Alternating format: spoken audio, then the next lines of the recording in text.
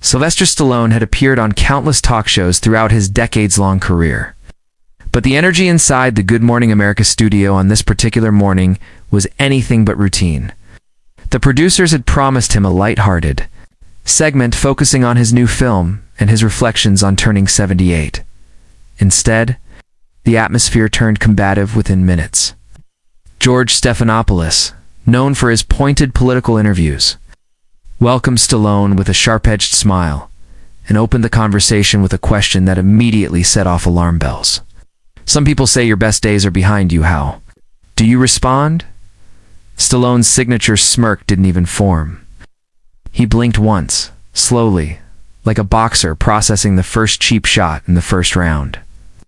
"Well," he said evenly, "that depends on what you define as best, but..." His tone carried weight. The camera zoomed in. The audience tensed. George nodded, perhaps not realizing the line he had just crossed, and pressed forward. "Asterisk, you've reinvented yourself so many times," George continued, "from Rocky to Rambo to now reality television. Is there a line where reinvention becomes grasping at relevance?" The question hung in the air like a left hook.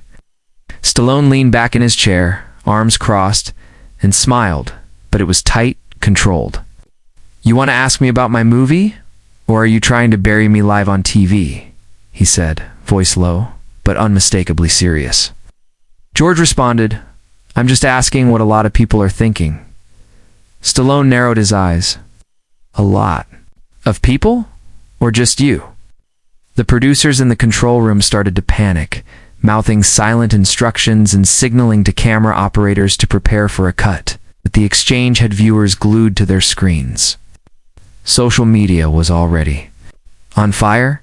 Stallone hadn't even started answering the question, and yet everyone could tell something explosive was brewing. The words were polite, but the subtext was war. Asterisk, trying to maintain his cool, Stephanopoulos pivoted. "Look, you're a legend. No one's questioning that.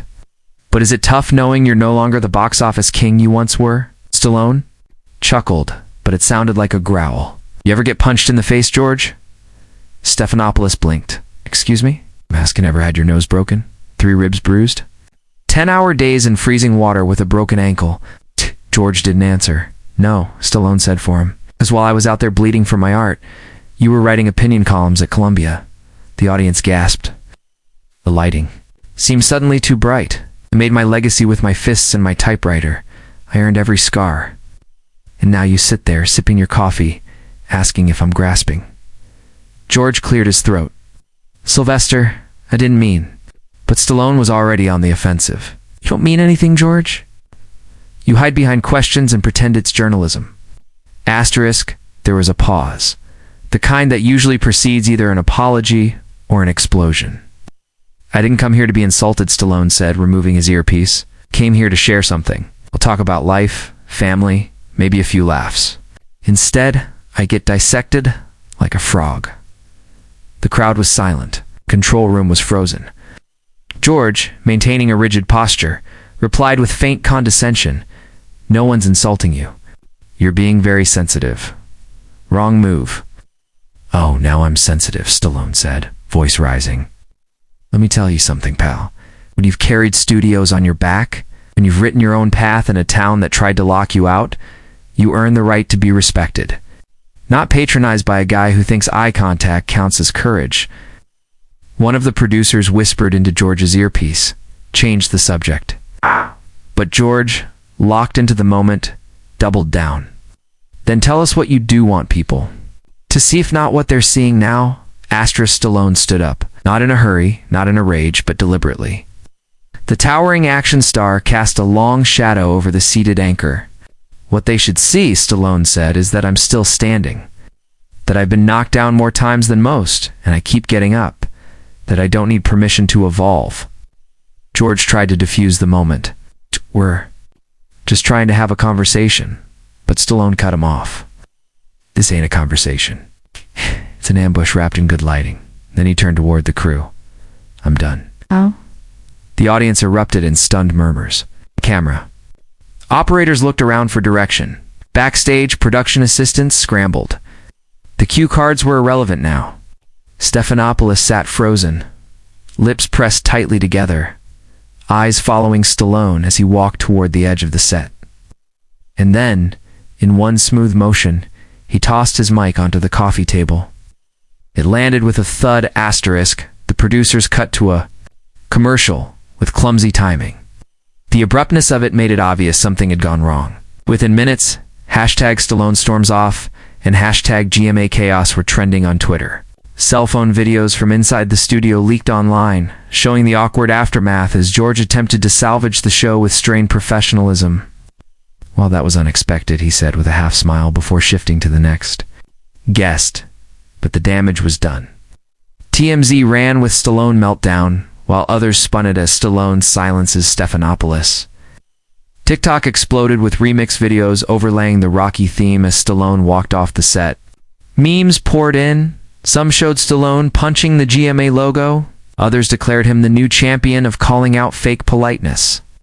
Stallone's team responded by posting a carefully worded tweet. When you're invited to speak your truth, and someone tries to twist it to walk, respect is earned both ways. That tweet alone got 1.8 million likes in 24 hours. George's camp remained quiet, issuing only a vague network statement. At GMA, we strive to host candid and respectful conversations. We regret if anyone felt disrespected. But internal sources leaked a deadline that Stephanopoulos had been reprimanded for deviating from the agreed interview outline.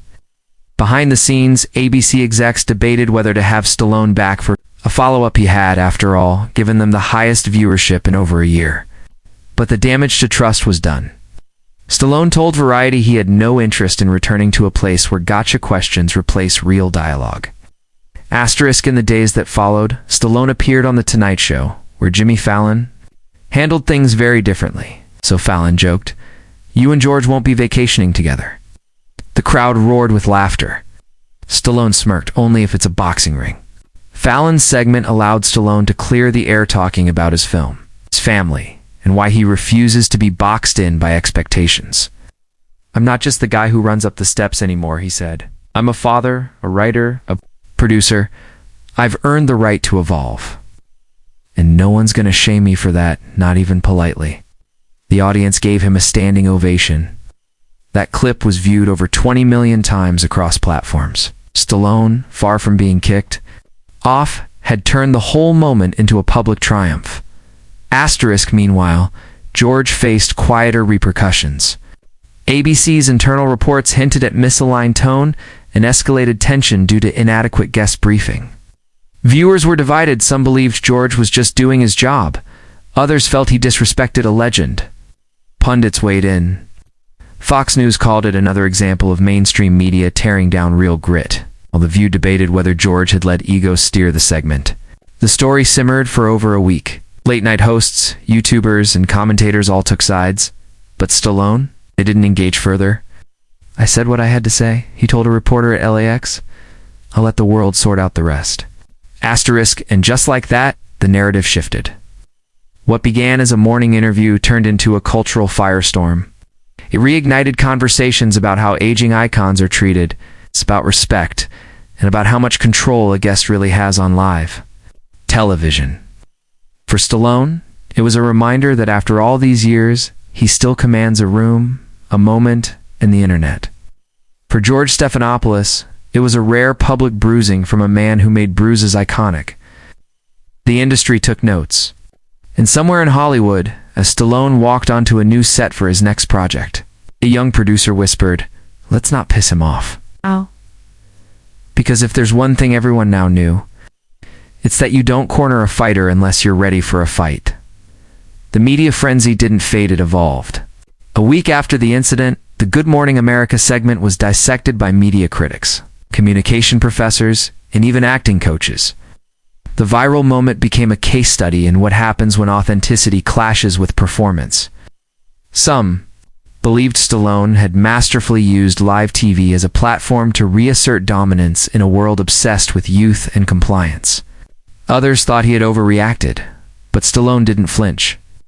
He released a short video from his gym, sweaty, shirtless, and smiling. "I've faced tougher critics," he joked, punching a heavy bag.